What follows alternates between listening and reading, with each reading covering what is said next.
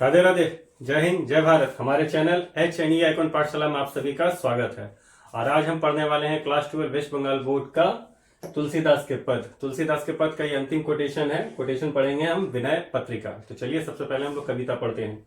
मन पस्ते है अवसर बीते, दुर्लभ देह पाई हरिपद भजु, मन करम वचन अरुहिते, सहस बाहु दस बदन आदि निरिप, बचे न काल बलीते, हम करी धनधाम सवारे, अंत चले उठे इते, सूत बनिता दी जानी स्वारत रत, न कर उन्हें सबहिते, अंतहु तो ही तजेंगे पामर, तू न तजे अभहिते, अब नाथे अनुरागु जागु जड़, त्यागु दुरासा जीते, बुझे न काम अग्नि तुलसी कहूं, विषय भोग बहु घीते।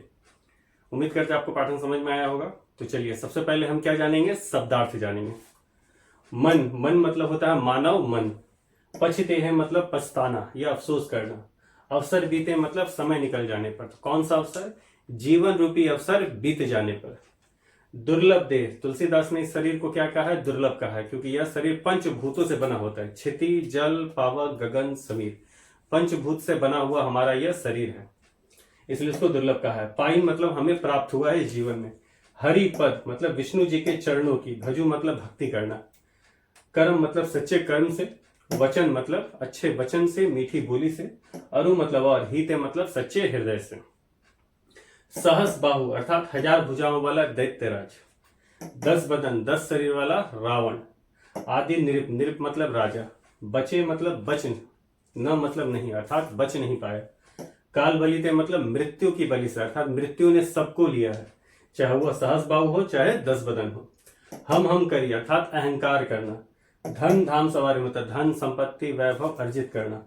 अंत चले मतलब जब मृत्यु समय होता है, जब अंत समय होता है। उठे रीते, उठे मतलब उठकर चले जाते हैं। रीते मतलब रिक्त अर्थात खाली हाथ। सूत बनिता दी, सूत मतलब बेटा, बनिता दी मतलब पत्नी स्त्री। जानी मतलब जान लो। स्वार्थ रथ, स्वार्थ मतलब स्वार्थ, अपने मतलब के लिए। रथ मतलब जुड़े होते हैं। न करूं मतलब नहीं करना चाहिए। नेह मतलब प्रेम। सबहिते मतलब सबसे, अर्थात कर्तव्य कर सकते हैं, मोह नहीं रख सकते। अंतहु मतलब जीवन के अंत में। तो ही मतलब तुम्हें। तजेंगे मतलब त्याग देंगे। पामर मतलब मूर्ख। तू न तजे यदि तुमने अभी नहीं त्यागा। अबहिते मतलब अभी से। अब नाथई अनुरागो मतलब अब मतलब अभी से। नाथई मतलब प्रभु श्री राम। अनुरागो मतलब प्रेम करना, उनकी भक्ति करना। जागु जड़ अर्थात अज्ञानता से जागना। त्यागु मतलब त्याग देना। दुरासा मतलब जीते दुरासा मतलब ना पूरे होने वाली इच्छा, सांसारिक इच्छा। जी मतलब मन से या हृदय से। बुझे ना काम अग्नि, बुझे मतलब शांत होना। काम अग्नि मतलब इच्छा रूपी अग्नि। तुलसी कहूं मतलब तुलसीदास कहते हैं। विषय भोग मतलब सांसारिक वस्तु का उपभोग रूपी वस्तु। बहु घीते मतलब सांसारिक वस्तु को घी का उपमा दिया गया है, और इच्छा रूपी अग्नि को, इच्छा को अग्नि का उपमा दिया गया है। उम्मीद करते हैं शब्दार्थ आपको यहाँ तक समझ में आया होगा।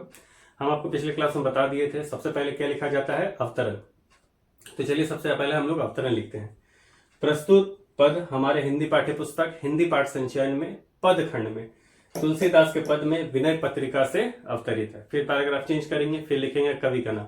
इसके कवि हिंदी साहित्य के इतिहास के, सगुन भक्ति धारा के, राम भक्ति शाखा के सर्वश्रेष्ठ कवियों में से गुरु नर हरिदास के शिष्य, मानस रचयिता, युग दृष्टा कवि स्वयं गोस्वामी तुलसीदास जी। उम्मीद करते हैं आपको यहाँ तक समझ में आया होगा। अब आते हैं प्रसंग पे। प्रसंग का मतलब होता है यह कोटेशन किस विषय पे कहा गया है। तो जैसा कि आप ध्यान दे सकते हैं, यहाँ पर हर पद में अलग अलग कोटेशन दिया गया है। जैसे मन पस्ती है अवसर बीते, पहले हम लोग इसका पूरा व्याख्या करते हैं, तब एक एक करके हम लोग उसका प्रसंग समझ पाएंगे। चलिए व्याख्या पहले समझते हैं। तुलसीदास जी कहते हैं मन पस्ती है अवसर बीते, अर्थात जीवन रूपी अवसर जब बीत जाता है तो मन को केवल पछतावा होता है। दुर्लभ देह पाई, हमने यह शरीर बहुत ही दुर्लभ, अर्थात यह जो शरीर है हमारा बहुत ही दुर्लभ है। पंच तत्व क्षिति, जल, पावक, गगन, समीर। क्षिति मतलब होता है धरती, जल मतलब पानी, पावक मतलब अग्नि, गगन मतलब आसमान, शरीर समीर मतलब हवा। इन पंचभूतों से हमारा शरीर बना है। अतः इस शरीर का उपयोग हमें विष्णु जी के चरणों की भक्ति में करनी चाहिए, अर्थात सदकर्म में करनी चाहिए। इस तरह से सच्चे कर्म के द्वारा, मीठी बोली के द्वारा और सच्चे हृदय के द्वारा।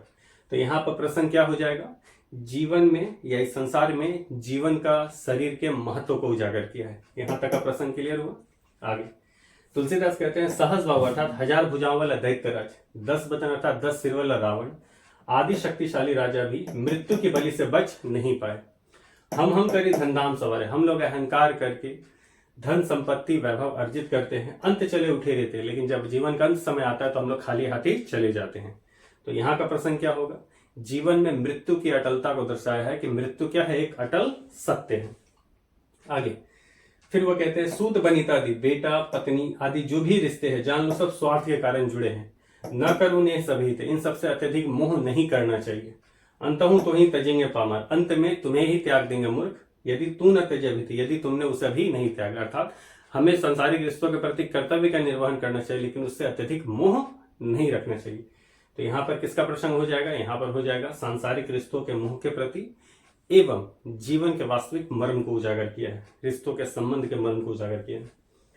आगे 5वां, अब तुलसीदास जी कहते अब नाथ ही अनुरागो, जब जीवन के तीनों तथ्य जान गए तो अंत में अब नाथ ही अर्थात तुलसीदास जी के नाथ राम जी की भक्ति करो, अज्ञानता से जागो और मन से न पूरी होने वाली सांसारिक भौतिक इच्छाओं को त्याग देना चाहिए।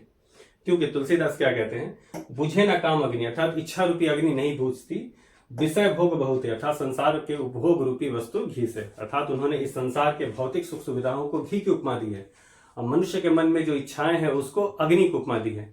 जिस प्रकार आग में हम घी देते हैं तो आग बढ़ता है, शांत नहीं होता, उसी तरह जितनी हम भौतिक वस्तुओं की लालसा करेंगे हमारी इच्छा रूपी अग्नि उतनी ही बढ़ती जाएगी और हमारा चित्त मन उतना ही अशांत होता जाएगा।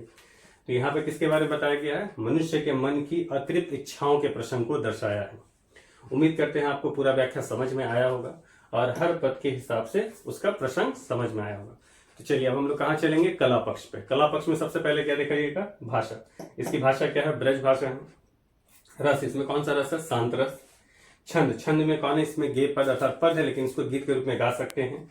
शैली, एक ऐसी शैली है मुक्तक शैली है।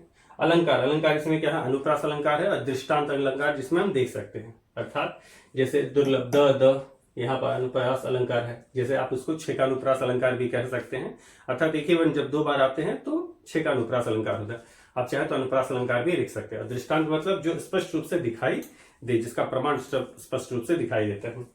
गुण, गुण यहाँ पे क्या होगा? प्रसाद। उम्मीद करते हैं आपको सप्रसंग व्याख्या समझ में होगा। इसके साथ ही इसके द्वारा क्लास 12 का तुलसीदास के पद का पूरा कोटेशन समाप्त हो चुका है। सारा डिटेल्स हमने प्लेलिस्ट में दे दिया है, आप वहां जाकर के देख सकते हैं और इसे अपने दोस्तों और सहपाठियों के साथ शेयर करें। तब तक के लिए राधे राधे, जय हिंद, जय भारत।